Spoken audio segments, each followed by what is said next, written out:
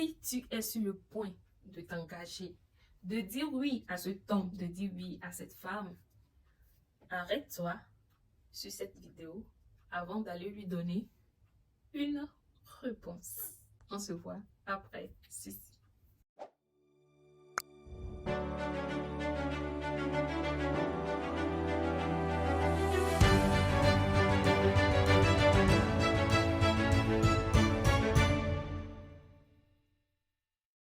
Bienvenue encore une fois de plus sur la chaîne Santé à la richesse. Ici, nous parlons de la santé sous ses diverses formes. La santé en tant qu'état de complet bien-être physique, mental, affectif, social, économique, financier et santé en tant qu'absence de maladie ou d'infirmité. As-tu une fois entendu parler d'une maladie appelée hématie, d'une maladie appelée maladie des os ou encore autre nom? Si vous avez autre nom, pardon, mettez-moi ça en commentaire. Je suis à la quête des noms. Des noms traditionnels de cette maladie. Merci. Avant d'aller dans le but du sujet, qui suis-je? Je réponds au nom de Stanislas Bilidam Ama à l'état civil, Joyce Majoie Stan pour les amis, pour ma famille. Donc, vous pouvez m'appeler Joyce Majoie Stan, comme vous voulez. Je suis infirmière diplômée d'État avec une licence professionnelle en sciences de santé, option sciences infirmières et obstétricales depuis l'année 2016 à l'École nationale des auxiliaires médicaux de Kara au Togo. Je suis également épouse et mère de famille, entrepreneur digital, promotrice de la marque MNJ Collection, la marque des parapluies pour moto au Togo. Nous avons également d'autres collections telles que notre collection de miel appelée la 8e merveille, des collections de gousses, de sièges de toilette. Vous n'aurez plus besoin de vous soucier d'aller aux toilettes lorsque vous êtes hors de votre maison. Nous avons la solution pour vous. Et pour finir, nous avons des collections d'accessoires ethniques faits à base de matériel traditionnel tel que le pain. Nous avons également une équipe qui s'en charge de l'infographie. Donc, il dit infographie pour tout besoin de conception de logos, d'affiches publicitaires.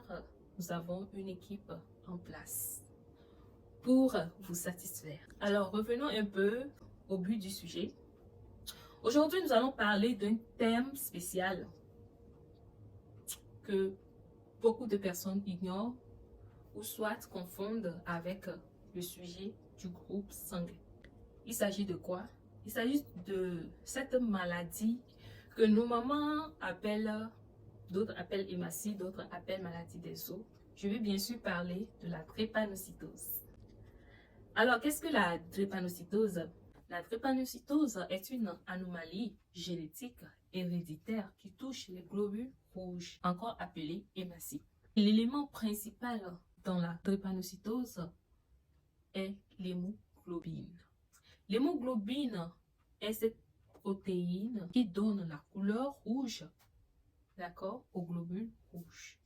Et elle est chargée de transporter de l'oxygène des poumons vers les tissus et s'assure des échanges gazeux.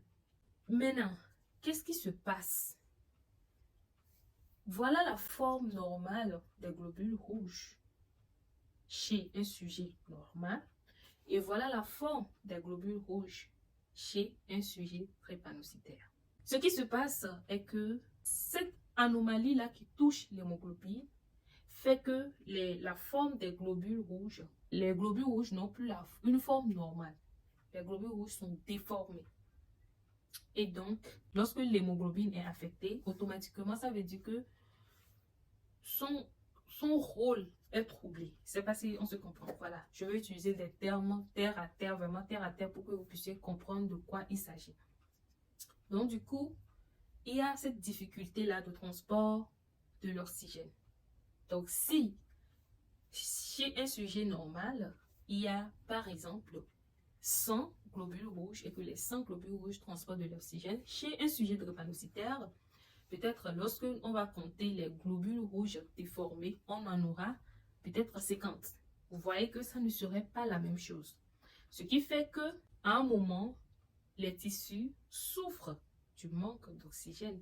Et même, vu que ces globules rouges-là sont déformés, ont pris d'autres formes, ils vont rester, ils vont boucher certains vaisseaux et ça va entraîner des douleurs. Parce que Dieu a fait de sorte que les globules rouges, la forme des globules rouges, puissent passer dans les vaisseaux. Ok? Voilà un peu ce qui se passe, le mécanisme. Donc, la forme, quelle est la forme la plus grave de la drépanocytose? La forme la plus grave de la drépanocytose est la forme S, encore appelée hémoglobinose S. Donc, quelles sont les différentes formes de drépanocytose ou bien d'hémoglobinose que nous avons? Nous avons le type A, le type S et le type C.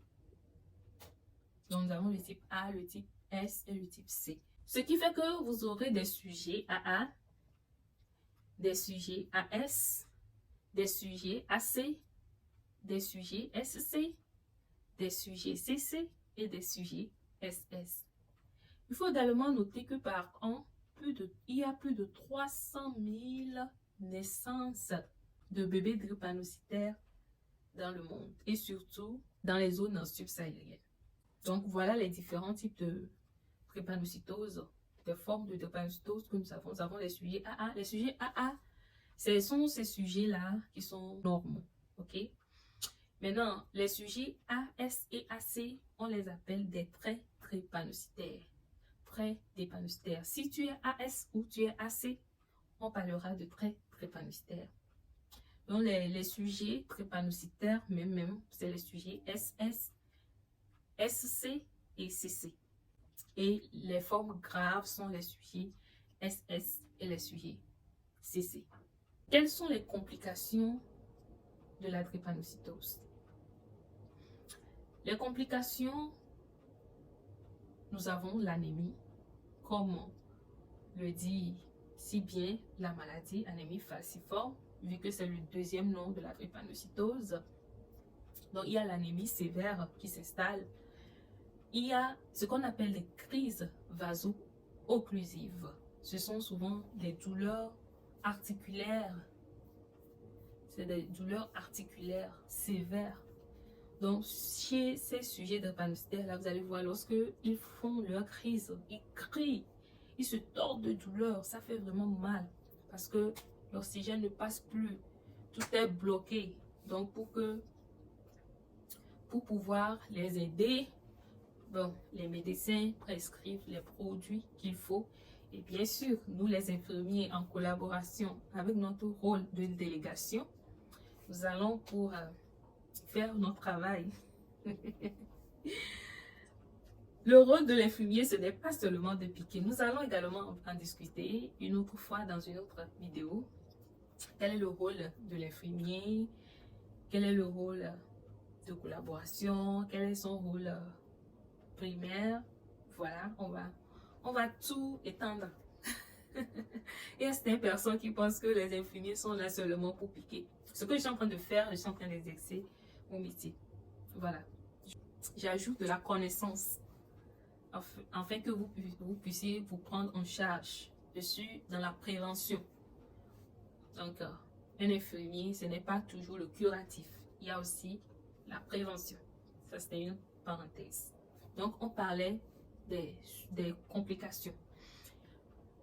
Donc, on a cité l'anémie sévère, on a cité les crises vaso-occlusives. Donc, l'une des complications de la drépanocytose, c'est la nécrose. La nécrose, c'est, on parle de nécrose lorsque la chose est pourrie. Voilà, la chose est pourrie. On appelle ça nécrose. Donc, la nécrose de la tête fémorale. La tête, c'est quoi la tête fémorale? La tête fémorale, d'abord, le fémur, c'est l'os qui est dans la cuisse. Donc, entre l'os qui est dans la cuisse et la hanche, il y a une articulation là-bas qu'on appelle, il y a une tête là-bas. Voilà, c'est ça qu'on appelle la tête fémorale. Donc, c'est la tête du fémur, la tête de l'os de la cuisse. Voilà, donc c'est ça qu'on appelle la tête fémorale. Donc, vous allez voir que les complications chez les sujets, souvent, c'est des sujets qui peuvent boiter. Voilà, ils peuvent boiter. Il y en a certains qui boitent malheureusement, d'autres à un âge très jeune. L'autre complication, il y a les infections. Les infections. Les infections à répétition. Et pour finir, la mort. Oui, l'une des complications de la drépanocytose, c'est la mort. Lorsque une cellule n'est pas nourrie par l'oxygène, qu'est-ce qui arrive? Il arrive que le tissu meurt. Donc, quand le tissu meurt, il n'y a plus de vie. Donc, le sujet en question meurt. Le sujet peut mourir également suite à une anémie ou suite à une infection. Donc, lorsque l'infection est généralisée dans le sang, on parle de septicémie. La septicémie, c'est la généralisation de l'infection dans le sang.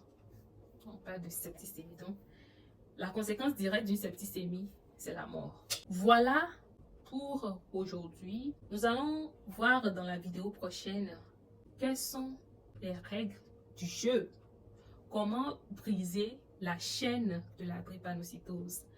C'est difficile à cause du nombre élevé, mais je pense que ce n'est pas impossible.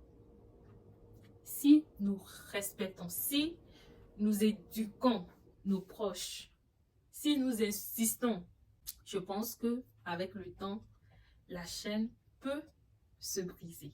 Alors, si tu as aimé ce dont nous avons parlé, je t'invite à liker la vidéo, à t'abonner, si tu n'es pas encore abonné, à activer la cloche de notification afin de ne rien rater comme vidéo prochaine.